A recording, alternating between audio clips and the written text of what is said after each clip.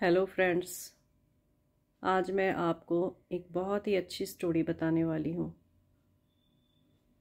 और वो भी एक सौदागर की कहानी।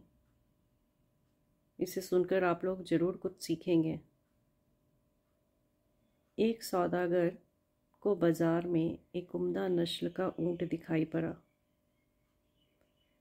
सौदागर ने लंबी सौदागरी के बाद ऊँट वाले से वो ऊँट खरीद लिया।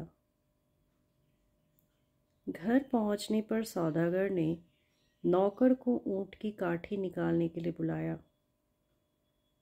काठी के नीचे नौकर को एक छोटी सी मखमल की थैली मिली। नौकर चिल्लाया, मालिक, आपने ऊँट खरीदा, लेकिन देखो, इसके साथ कुछ मुफ्त भी मिला है। सौदागर भी हैरान। नौकर के हाथ में हीरे थे,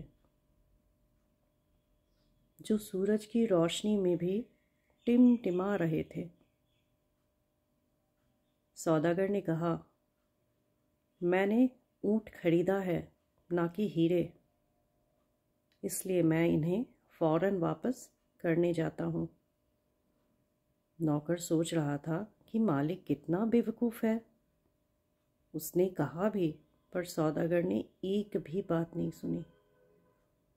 वह फ़ौरन बाजार पहुंचा और दुकानदार को मखमली थैली वापस कर दी।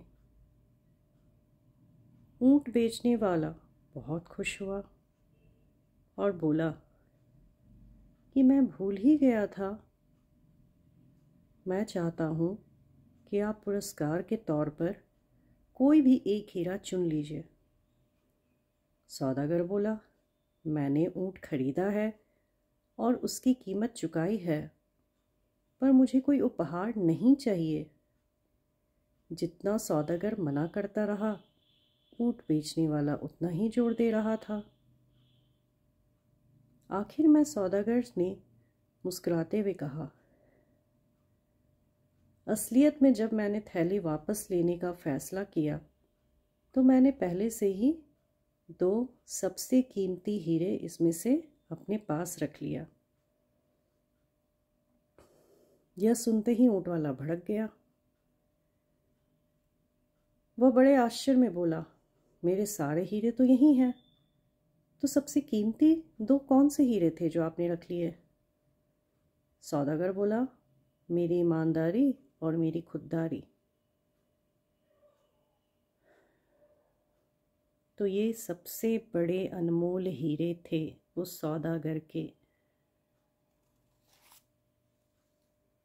तो कहते हैं, इंसान की नीयत खराब नहीं होनी चाहिए।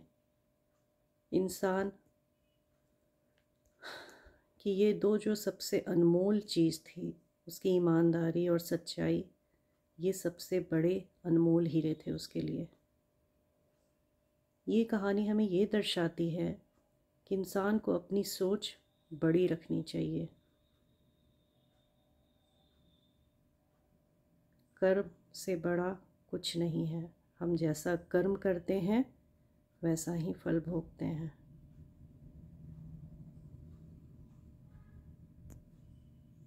आशा करती हूँ ये कहानी आप लोगों को पसंद आएगी।